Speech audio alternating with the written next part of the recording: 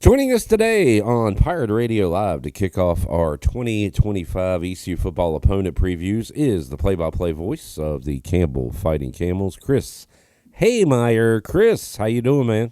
Hey, Clip, thank you so much for having me on, man. I really appreciate it. Always enjoy talking with you, Chris. We might hit your Chiefs a little bit as well while you're here, but I want to talk about East Carolina's matchup with the Fighting Camels coming up this year. Before we look ahead, let's look back. 3-9 last year, Chris. So how about coming off of that season? I think a new head coach, right? So where is Campbell heading into this 2025 campaign?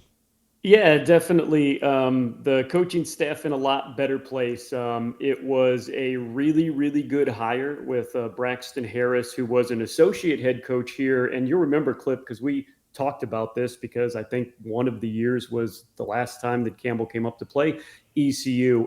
Campbell in 23 and 20 or 22 and 23 had the highest rated out of high school recruiting class in all of FCS. And that was because of what Braxton Harris did. He's a guy from Texas, a former D3 quarterback. He has worked his way all the way up, the son of a high school football coach in Texas. And so he built some really, really good recruiting classes. He then went and got the head coaching job at Houston Christian, turned that FCS program around and got another recruiting class that was tops in the nation. So he was brought here to Campbell. It was a little bit of a no-brainer. He wanted to come back to this area, even though Texas was his home. It was late when everything happened. You'll remember Minter did not, the former head coach at Campbell, did not resign until the first couple weeks of December. So he didn't get here on campus in this role until a week through January. With the transfer portal, you can only imagine he wasn't left with a lot. He hit the recruiting trail, and he really assembled a two deep that could compete with a lot of teams in the country. Campbell played Liberty pretty even, had a lead in that game in the opener, and they beat in the third game of the season top 25 ranked Western Carolina at Western Carolina in the early part of the season. But then when the injuries came and the depth started to wear down, he really didn't have anything on the bench or in the locker room, and that's when you saw Campbell slip. So he's excited that he has had a full recruiting cycle. He has been able to keep a lot of guys from hopping into the portal, and obviously ECU is a whole different test, but he's really confident that he can do well, and he'll have to do well because it's such a tough schedule. Campbell can play pretty good in a majority of their games and still come out on the losing end. Chris, we talk daily, unfortunately, about NIL and transfer portal and everything that is college football these days. How about a program like Campbell? I imagine getting poached is something that Campbell and East Carolina have in common, where if you have some good players, those players get recognized and then could go on elsewhere. But as far as the FCS level, when it comes to portal and how many NIL opportunities are there at Campbell? How do those factor into what's going on there with the Camels? Yeah, well, with everything in the portal, here's the good thing and the bad thing, right? Campbell had a grad transfer that went into the portal. Haj Malik Williams, you remember Yep. he was the quarterback the last time Campbell played at ECU. He was the backup in that nationwide story about the starting UNLV quarterback that didn't get his NIL and left. All Yeah. he did was come in and lead them to a championship game and a bowl victory. Campbell's best two players this year, Sincere Brown, who was a wide receiver that set the Campbell single season touchdown catch record, and Jalen Brooks, a linebacker who set the Campbell single season tackle record. They are both going on to FBS programs, which is going to happen every year. Sincere Brown is playing in Colorado for Dion for over $500,000. So on the one hand, those are two big holes that Campbell has to fill. But in the other hand, Campbell has shown that this is a football program, although still under 21 to 20 years old, is really taking guys and developing them and giving them a chance to do something special. The really good thing about hiring a head coach like Braxton Harris, as we just went over, he still knows how to recruit high school talent, and that's what you're going to have to really build your team around. what he has done, as said here at Campbell, we're going to recruit our footprint. South Carolina, North Carolina, Virginia, and a lot of coaches say that, but 91% of the guys in the incoming high school class are from those areas. And even out of the portal, he got 19 guys to come out of the portal this spring to join us here this summer that'll be playing at ECU in the fall in that game. And 71% of those guys are from the footprint as well. Chris Hemeyer joining us talking Campbell football as the Pirates and Campbell will meet non-conference play. Chris, let's talk about some of the, and maybe mention a couple, but impact guys we'll see at Dowdy-Ficklin Stadium this year. Who are you excited to call games for in 2025? Yeah, well, definitely. He's excited that he's got his quarterback coming back. Mike Chandler was a quarterback that really started a year and a half at another pretty good FCS program in Lamar. He was our quarterback 1A, more of a runner than a thrower, at least at the beginning of the year. But when Campbell had a injury to their starting quarterback, he came in and showed that he can run and throw. And you know the advantage of having a guy like that. The NFL knows it. My Kansas City Chiefs knows it. When you have a guy that can stay in the pocket and throw, that's fantastic. But when you have a guy, when there is trouble and things do break down, can get a couple of yards or a first down or break a touchdown for you, that's a valuable weapon to have. And that's what Campbell has, and a guy that returns. But Mike Chandler, the starting quarterback for Campbell this year, he got on campus for the beginning of fall camp. So he didn't have a lot of time with this team, and now he has a full year with the team. A guy from over in your neck of the woods, Randall King from Rocky Mount. He was a Northern Nash, both basketball and football star, and he has really taken the reins over from Sincere Brown, the wide receiver that we lost to Colorado. He's going to be a really, really good player this year. He's 6'2", an unbelievable athlete. Again, he was a state level, a quality basketball player for that. And then again, going with guys that have come up from the high school ranks. J.J. Cowan is a running back that was a walk-on from Triton High School. A lot of injuries last year. He got his chance. He earned a scholarship, and he's going to be leading what's going to be a running back room that's returning quite a bit.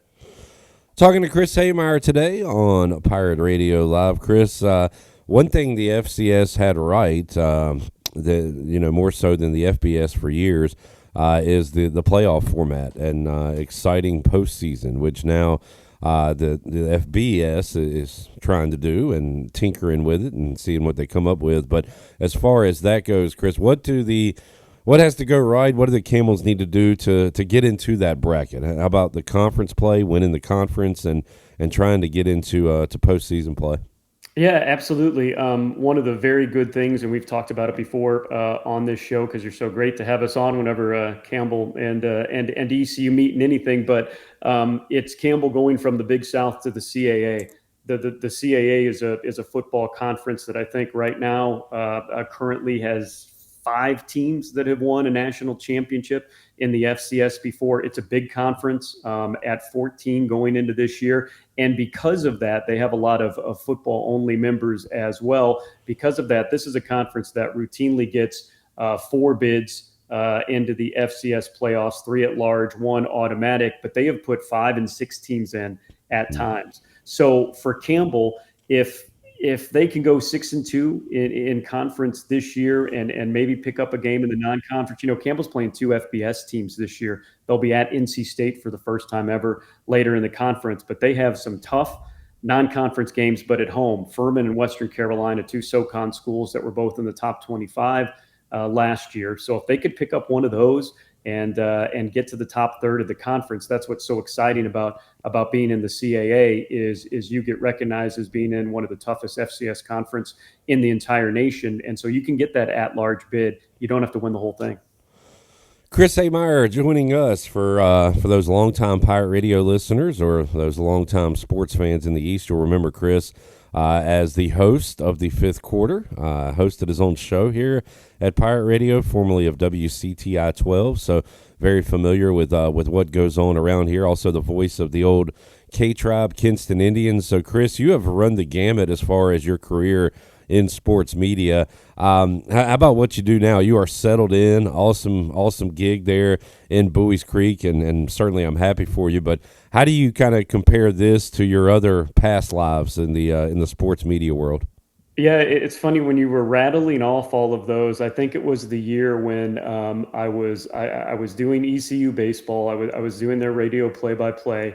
You guys at Pirate Radio were so gracious to me, and I had the extra point half Yeah, hour show on Thursday, and then me and you doing doing the fifth quarter. I had a couple other jobs as well. I mean, I don't want to brag. You didn't say that I was the voice of Lenore Community College basketball at that time. my But one of apologies. those years when I was there in Eastern North Carolina, I think I said I had 8 W-2s I had to turn in with my taxes Yeah, that year. It was so much fun, and it has been a long time now.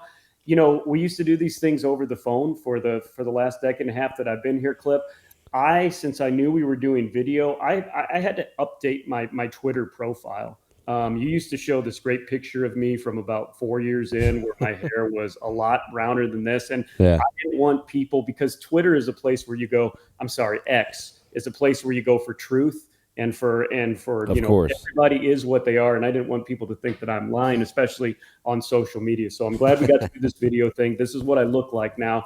Um, they've been so good to me here at Campbell, just like everybody was back at East Carolina. It has been nice. I was hired originally to be the play-by-play guy, which I'm still in, but I've been able to grow with this athletic department and university. I'm in administration now, over external, which is tickets and communications and creative and a little bit of everything that I've been involved with my entire career, and I still get to do play by play for a lot of events. So this is a really cool area. It's a growing area. We're a Raleigh suburb now, just 45 minutes outside of the city, and the city's coming this way. I can still get up to Greenville. We can still get the coast. So it's really really fun. I still love with all my heart play by play. And I still get to do a lot of that here. So I'm a really really lucky guy, and I'm lucky now. 25 years in North Carolina, and as you listed off, I've gotten to do so many great things and meet so many great people.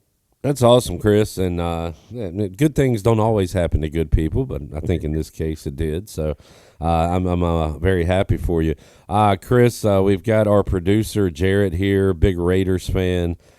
So he may cut this next part off, but let's talk about your Chiefs. The outlook, as long as you have that coach and that quarterback, and really that's it. You could Right? throw whatever else out there, but you know you're going to have a solid season. So how do you feel about the Chiefs and their outlook for this coming year? Yeah, you said it.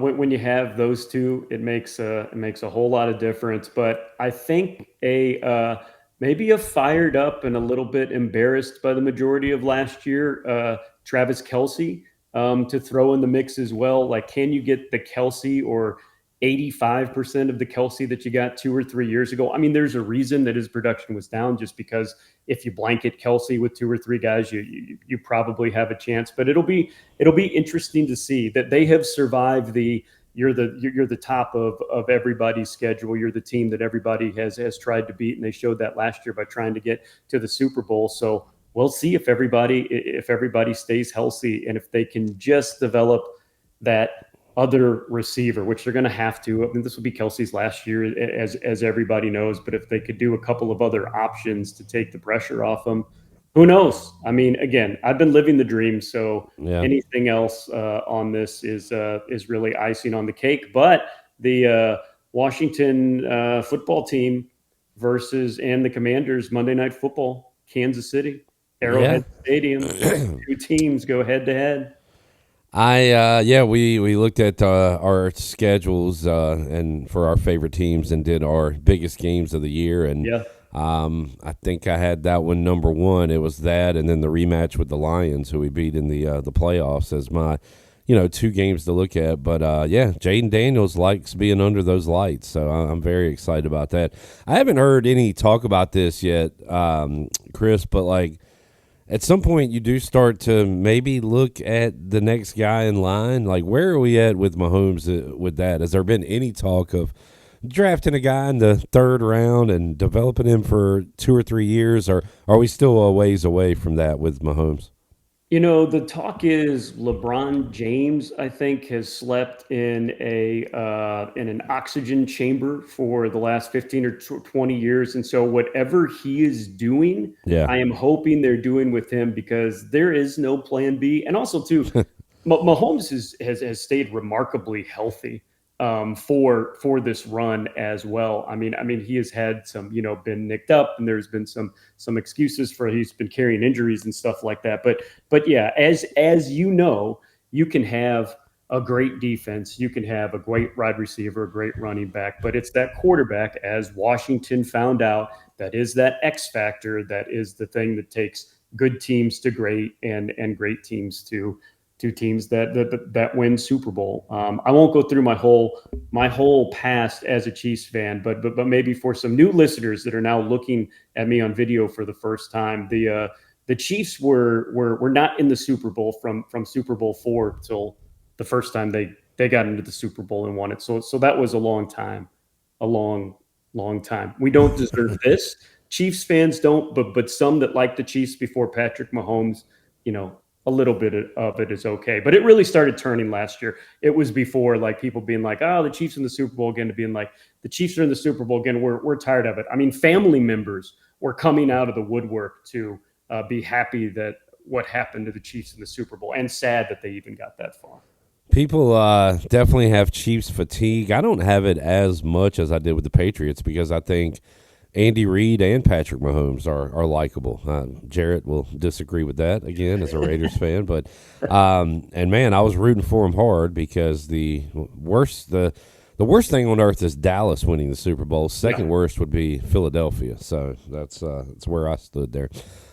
Chris, good to have you on, man. Always enjoyed the chat, and we'll check in with you the week of ECU Campbell and get your final thoughts on it. But have a good rest of your summer. Hope your family's doing well, and we'll talk again down the road, man. You too. Hope your family's doing well, and say hey to everybody for me out there in Eastern North Carolina. Thanks so much for having me on, Clip. It means a lot.